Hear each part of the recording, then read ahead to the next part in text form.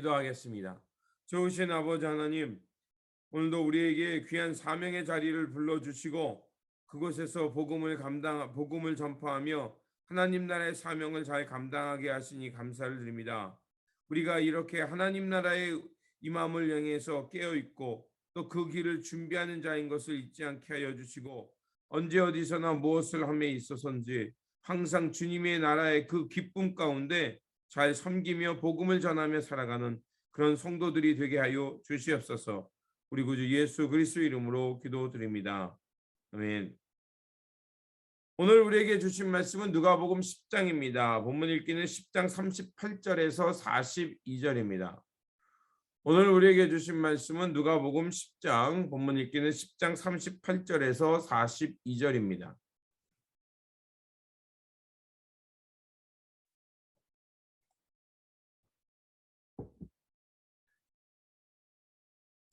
제가 봉독하도록 하겠습니다.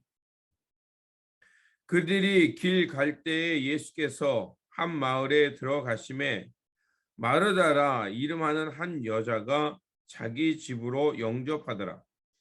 그에게 마리아라 하는 동생이 있어 주의 발치에 앉아 그의 말씀을 듣더니 마르다는 준비하는 일이 많아 마음이 분주한지라.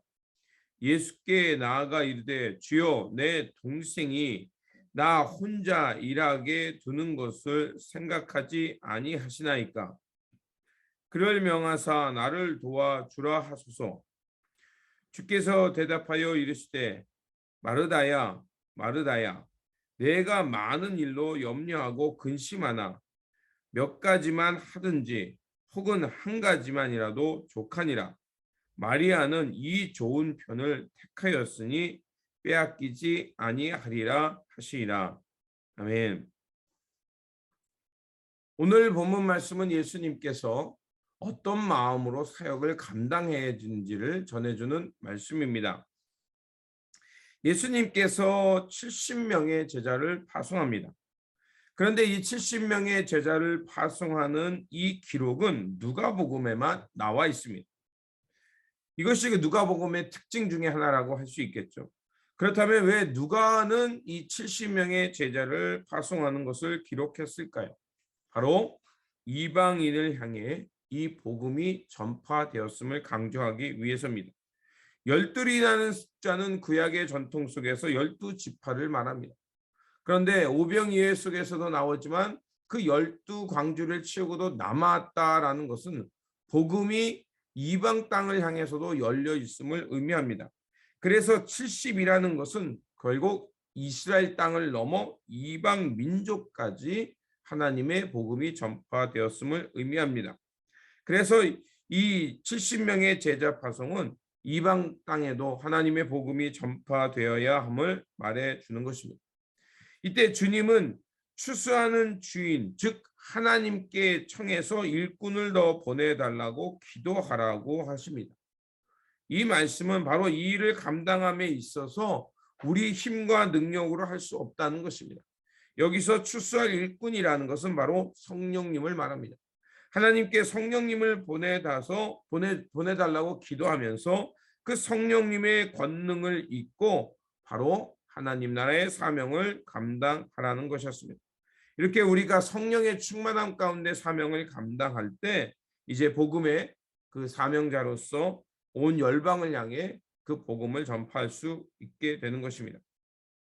그러면서 주님께서는 이제 그들을 내보내시면서 어떤 생각을 하셨냐면 그 어린 양을 이리 가운데 보내는 것처럼 그 위험함을 알고 기도하셨던 것입니다. 이제는 긴박하기도 하면서 동시에 아주 위험하고 또 제자들은 이제 환대와 거절, 그 거절 속에서는 어떤 일이 일어나면 폭력이 일어날 수 있기 때문에 주님은 이렇게 지혜로운 사명자가 되어서 사역을 감당하라고 부탁하시며 기도하셨던 것입니다. 그리고 마침내 70인의 제자가 기쁨 가운데 돌아옵니다. 하나님의 기도와 그 성령님의 도우심 속에서 이제 사탄 마귀가 공중으로부터 떨어지는 것을 보고 이제 제자들은 기뻐하며 자신들의 사역을 보고했습니다. 그때 주님께서 그들에게 당부의 말씀을 하시죠. 너희들이 행했던 일만 보고 기뻐하지 말고 바로 너희들이 하나님 나라의 함께 사역자가 되었다는 것, 그리고 너의 이름이 그 하나님 나라의 생명책에 기록된 것을 기뻐하라고 하시면서 바로 우리가 하나님 나라에 있음을 기억하라는 것이었습니다. 그리고 한 율법 교사가 주님을 시험하기 위해 와서 영생에 관해서 묻습니다. 그러자 예수님은 역으로 다시 묻죠. 그러니까 주님께서 묻고 그 질문에 대해서 다시 한번 물으면서 그 스스로 대답을 찾아가게 하시는 예수님의 그 교수법입니다. 자, 그 율법사는 그 율법을 통해서 영생에 얻는 길이 무엇인지 당당하게 얘기합니다. 하나님을 사랑하고 이웃을 사랑하는 것입니다 라고 말하죠. 그래서 주님은 그를 칭찬합니다. 그래서 그렇다, 그 말씀에 있는 대로 하나님을 사랑하고 이웃을 사랑하는 것이, 그렇게 살아가는 그곳에서 이터널 라이프, 하나님의 마음과 하나님의 나라가 너희 가운데 임하는 것을 보게 될 것이다 라고 말씀해 주십니다. 자, 그러자 그는 예수님의 그 말씀을 받아들이고 싶지 않았던 겁니다. 예수님을 어떻게든지 시험에 빠뜨리고 싶었던 것입니다. 그래서 주님께 묻습니다. 그렇다면 누가 우리의 이웃입니까? 라고 묻습니다. 그때 예수님께서 우리가 잘 아는 선한 사마리아의 비유를 말씀하십니다. 이 비유 속에서 한 강도 만난 사람이 있습니다. 그 사람은 이제 유대인이 틀림없습니다. 그런데 그 길을, 그 강도 만난 사람이 있는 그 상황, 그 현장을 제사장과 레위인들이 지나갑니다. 이들 나름대로의 이유가 있었습니다. 제사장은 제사를 드려야 했고 레위인도 거룩한 직무를 감당해야 했기 때문에 부정해지면 안 됐습니다. 하나님을 향해 예배 드려야 합니다. 그런데 그들은 자신들의 입장만 생각하고 강도 만난 사람을 뿌리치고 또 그런 위험에 자기가 노출되는 것이 두려워서 지나쳐갔어요. 그때 한 사마리아 사람이 그 강도 만난 사람을 도와줄 뿐만 아니라 자기의 비용을 지불해 가면서 그 사람이 완치될 수 있도록 애를 쓰는 것을 보게 됩니다. 자, 이 사건은 기존에 자신들이 갖고 있던 생각이 완전히 깨지는 상황이었습니다. 사마리아인, 결코 하나님의 백성이라고 인정할 수 없는 사람이 오히려 이웃을 향해서 자비를 베풀며 하나님 나라, 또 하나님 사랑, 이웃 사랑이 무엇인지를 실천했던 것을 그 자리에 있는 사람들이 모두 들었던 것입니다. 듣는 사람 모두는 당황했을 것입니다. 그런데 주님은 그래서 또 한 번 묻습니다. 그러면 이 강도 만난 사람에 대해서 누가 이웃이냐? 그러자 이 바리새인은 절대 예수님의 대답을 바로 하지 않죠. 어떻게든지 예수님의 대답을 회피하고 싶어서, 예수님께 대답을 회피하고 싶어서 자비를 베푼 사람이라고 얘기합니다. 하지만 그는 이미 마음속에 알고 있죠. 사마리아인이라는 것. 자신이 사람처럼 여기지 않는 그가, 그 중요한 것은 자비를 베풀었으므로 그가 영생에 이르는 삶을 살았음을 얘기하고 있는 것입니다. 그렇습니다.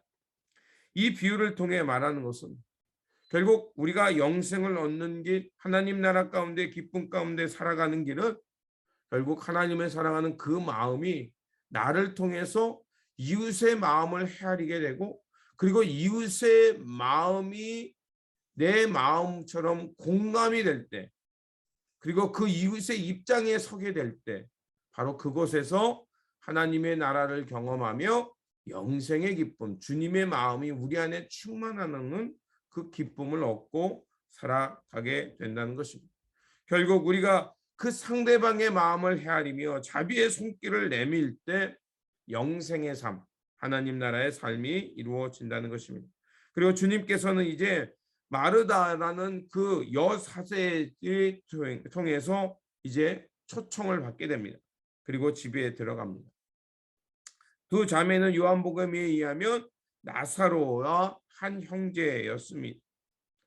그렇게 오빠를 살려주신 예수님, 그 무리는 너무나도 기쁘고 또 아주 반가운 방문이었습니다. 그래서 마르다는 책임을 느끼고 음식을 준비하며 분주했습니다.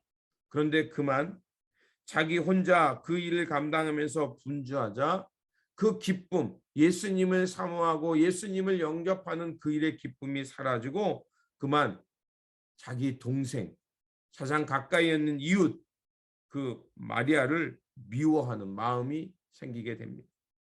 마리아는 자신을 돕지 않고 주님의 발자취에 앉아서 말씀을 듣는 것을 보자 그만 분노가 치밀어 온 것입니다. 주님은 이제 마르다의 마음을 아시고 마르다에게 이렇게 말합니다. 네가 많은 일을 하다가 그만 그 마음이 분주해졌다. 네가 어떤 것을 하든지 한 가지를 하든지 혹은 하나만 어떤 중요한 한 가지 일을 하는 것이 중요하다.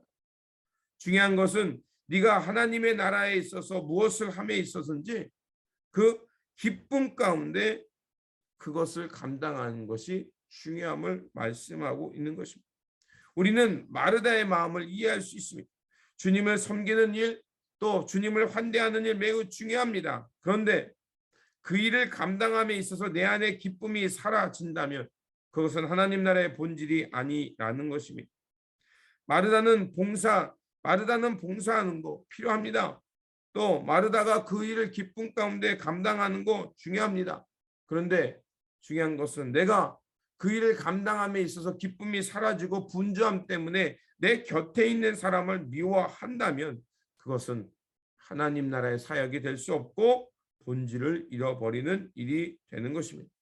복음을 전하는 것, 섬기는 것, 내 이웃을 헤아리며 사랑하는 것, 또 말씀을 듣는 것 모두 다 잊지 말아야 할 중요한 사역들입니다. 그러나 중요한 것은 우리가 분주함으로 인해서 불평과 이웃에 대한 기쁨이 사라지지 않도록 하는 것입니다.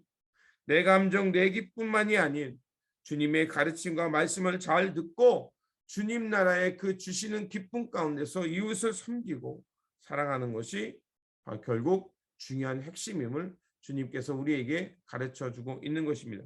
그러므로 분주함이 아닌 하나님이 주시는 능력 안에서 그 사역을 잘 감당하면서 우리와 함께 살아가는 이웃에 대해서 주님의 마음, 주님의 그 긍휼의 마음으로 그 이웃의 아픔과 삶의 자리를 공감하면서 주님이 주시는 기쁨과 또 능력 가운데서 잘 그 이웃을 대하고 섬김으로 하나님 나라의 마음, 즉 영생을 얻고 살아가는 저와 여러분들이 되시기를 주님의 이름으로 축원드립니다. 기도하겠습니다. 좋으신 아버지 하나님, 우리를 하나님 나라의 사명자로 불러주시고 그 사명을 감당할 수 있게 해주시니 감사를 드립니다.